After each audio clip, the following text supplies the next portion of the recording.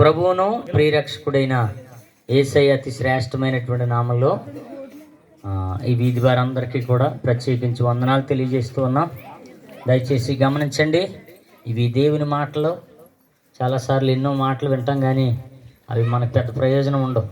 దేవుని యొక్క మాటలు ఒక్క మాట విన్నా కూడా మన జీవితాలకు ఎంతో ఆశీర్వాదం అవుతుంది. యేసుక్రీస్తు వారు జీవించేటువంటి కాలంలో ఆయన వెంబడించేటువంటి వారు అనేక మంది ఉండేవారు. ఆయన్ని ఎక్కడికైనా వెళ్తున్నప్పుడు ఆయన వెనకాల వచ్చేటువంటి వారు తండోపతండాలుగా, వేల కొలదిగా, 10,000 కొలదిగా అన్నట్టుగా ఆయన వెంబడిస్తూ ఉండేవారు. అయితే ఒక ప్రాంతం నుంచి మరొక ప్రాంతానికి ఆయన వెళ్తూ ఉన్నారు. అనగా యెరికోని విడిచి యెరూషలేము అనేటువంటి ఒక మహోన్నతమైనటువంటి స్థలానికి ఆయన చేరుకోవడం జరుగుతూ ఉంది. అలాంటి సమయంలో యెరికో చివరిలో ఒక వ్యక్తి భిక్షాటన చేసుకుంటా ఉన్నాడు. ఏంటి అతని పరిస్థితి అంటే, పుట్టిన నుంచే అతను గుడ్డివాడుగా పుట్టాడు, గుడ్డివాడిగా పెరుగుతున్నాడు. తన పెద్దవారు అతను చూసినంతకాలం చూశారు, ఇంకా ఎంతైనా గుడ్డివాడు కాబట్టి అతను విడిచిపెట్టారు. అందుకని అతను బతకడానికి రోడ్డును పడ్డాడు. పైగా ఒక చోట కూర్చుండి ఆయన భిక్షాటన చేసుకుని తన జీవితాన్ని వెలబుచ్చుతూ ఉన్నాడు. అలాంటి సమయంలో యేసుక్రీస్తు వారు వెళ్తున్నారని చెప్పాను కదా. యేసుక్రీస్తు గారు వెళ్తా ఉన్న సమయంలో ఆ జనసమూహం యొక్క ఆ నడక శబ్దాన్ని అతను గమనించి అక్కడ ఉన్న వారిని అడుగుతున్నాడు, ఏంటయ్యా ఈ శబ్దం ఏంటి, ఇంతమంది ఇలా నడవటానికి గల కారణం ఏంటి అని అడిగితే అక్కడున్న వారు చెప్పారు, ఇలాగా యేసుక్రీస్తు వారు యెరికో నుంచి యెరూషలేము వెళ్ళబోతా ఉన్నారు అనే ఆ మాట వినగానే అతనికి ఒకలాంటి ఉద్యమం కలిగింది.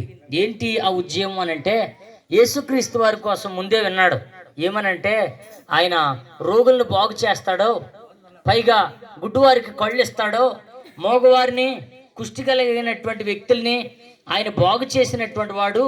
అంతేకాదు చనిపోయిన వారిని సైతం కూడా ఆయన మరలా బ్రతికించాడు అనేటువంటి మాట ఎప్పుడో అతని చెవిని పడింది. అందుకనే గుడ్డివాడైనా తెలివిగా ఆలోచించి ఎలాగా అరుస్తూ ఉన్నాడని అంటే, దేవుని కుమారుడైనటువంటి దావీదు కుమారుడా నన్ను కరుణించు అని గట్టిగా కేకలు వేస్తున్నాడు. ఇలా కేకలు వేస్తుంటే అక్కడ ఉన్నవారు అతన్ని అడ్డగించడానికి ఎంతో ప్రయత్నం చేశారు. అయినా కానీ వాళ్ళు అడ్డగిస్తూ ఉంటుంటే ఇంకా ఎక్కువగా అతను మరిగట్టిగా కేకలు వేసి ఆయన పిలుస్తూ ఉన్నాడు. ఇక యేసుక్రీస్తు వారికి ఆ శబ్దం విని ఆగారండి. ఆగటమే కాదు, యేసుక్రీస్తు వారు అతన్ని తీసుకురండి అని ఎవరైతే ఆపారో వాళ్ళని పిలిచినప్పుడు అండి వాళ్ళు తీసుకుని వచ్చారు. అప్పుడు యేసుక్రీస్తు వారు అడుగుతున్నారు, నా నుండి నువ్వు ఏం కోరుకుంటున్నావు అని అన్నాడండి. అవునండి, చాలాసార్లు ఈ లోకంలో మనం అనుకుంటా ఉంటాం, ఎవరైనా దేవుడు మనకు ప్రత్యక్షమయ్యి నీకేం కావాలి అని అడిగితే బోల్డ్ అని కోరికలు కోరేస్తాం. కానీ ఆ వ్యక్తి ఏ కోరిక కోరలేదు, కానీ ఒక చక్కటి మాట అన్నాడు, అయ్యా నాకు కళ్ళు ఇప్పించండి చాలు అని అన్నాడండి. అవునండి, ఈ రోజుల్లో దొరకని వాటి కోసం వేటినో మనం వెతుకుతూ ఉన్నాం. అందరి వాటి కోసం ఎంతో ప్రయత్నం చేస్తున్నాం. కానీ ఈ గుడ్డివాడు సరైన చోట సరైనటువంటి వ్యక్తిని ఆయన అడగటం ద్వారా అతడు ఆ క్షణంలోనే చూపు పొందాడండి. ఎందుకు ఈ మాటలు చెప్తున్నాం అనంటే, చూడండి, మనకున్నటువంటి కష్టాలు ఒకలాగా ఉండొచ్చు, అతనికి ఆనాటి కష్టం మరొకలా ఉండొచ్చు. కానీ కష్టాల గుండా మనిషి జీవితం కొనసాగుతుందండి. చాలాసార్లు ఈ కష్టాలను బట్టి, ఈ ఇబ్బందులను బట్టి ఎందుకులే బ్రతుకు, అసలు ఎందుకు పుట్టానా అని అనిపించేటువంటి పరిస్థితి వస్తుంది. కానీ దేవుడండి ప్రతి వారిని కూడా ఒక ఉద్దేశ ప్రకారం పుట్టించాడు. ఎందుకు పుట్టించాడు అని అంటే, ఒక్క మాటలో దేవుడు తన స్వరూపాన్ని, తన ఆత్మని మనుషునికి ఎందుకు ఇచ్చాడనంటే, మనుషుడు తానుండేటువంటి స్థలంలో ఉండాలనేది దేవుని యొక్క ఉద్దేశం. ఏంటి ఆ స్థలం అనంటే పరలోకం.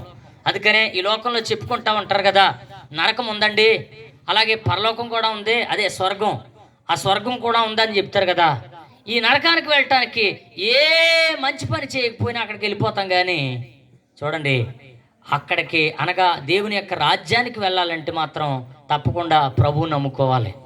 అందుకనే 2024 సంవత్సరాల క్రితం మనుషుల కొరకు, వారి యొక్క పాప విమోచన కొరకు మనుషులందరి నిమిత్తం ఆయన తన ప్రాణాన్ని పెట్టడానికి యేసుక్రీస్తుగా ఒక నామాన్ని ధరించుకుని ఆయన ఈ లోకానికి వచ్చాడు.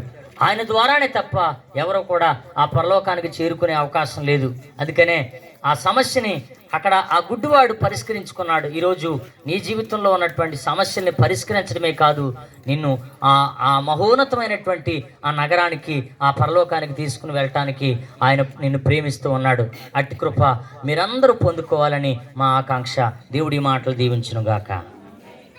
మహాపరిశుద్ధుడా, మహోన్నతుడా, మహాగణుడా, మహామహిమ కలిగిన మహారాజా, మీకే వందనాలు, స్తుతులు, స్తోత్రాలు.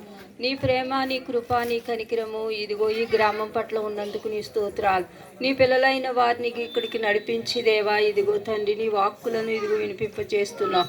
ఆయన వాక్కు వెళ్ళి వారిని బాగు చేయనని నీ వాక్యము చెప్పిన రీతిగా నేను ఇక్కడ ఎత్తబడిన విత్తనములు ఇదిగో ఈ గ్రామ ప్రజల్లో ఫలింపచేయమని అడుగుతున్నాను తండ్రి. పరిశుద్ధుడు ఆనాడు గురుడివాడు ఇదిగో దావీదు కుమారుడా నన్ను కరుణించుమని కేకలు వేశాడు.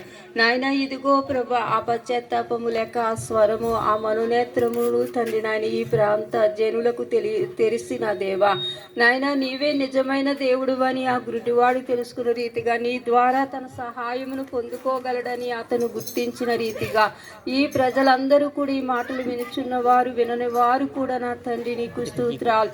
ఈ గ్రామ ప్రజలని రాత్రి కాల సమయంలో దర్శించిన ఆయన, బలపరచు, స్థిరపరచిన ఆయన, నీ వాక్కు నలుమూలలకు నువ్వు పంపించిన ఆయన వాక్కు వెళ్ళి బాగు చేస్తుందన్నావు ప్రవ్వా. గాలిలో కూడా ప్రయాణము చేయగలిగిన శక్తి నీ వాక్కుకుంది నాయన. ఇదిగో పరిశుద్ధుడా నీకు వందనాలు. వాక్యం వెల్లడగుడుతోడని వెలుగు కలిగినన్నావు ప్రభు. గుడ్డివాడికి వెలుగునిచ్చిన దేవా, ఈ గ్రామ ప్రజలకు వెలుగును దయచేనాయన, మనోనేత్రము తెలిసి వెలుగును దయచేనాయన.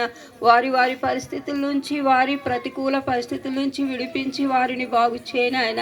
ఆ గుడ్డివాడికి అర్థమైనట్లుగా ఈ ప్రజలు నిన్నుగా అర్థం చేసుకునటానికి, గ్రహించడానికి ప్రభు శక్తిని ప్రసాదించమని, కృప చూపమని, తోడైండమని యేసు ఉన్నతమైన నామములో అడిగి వేడుకుంటున్నాము తండ్రి. ఆమేన్.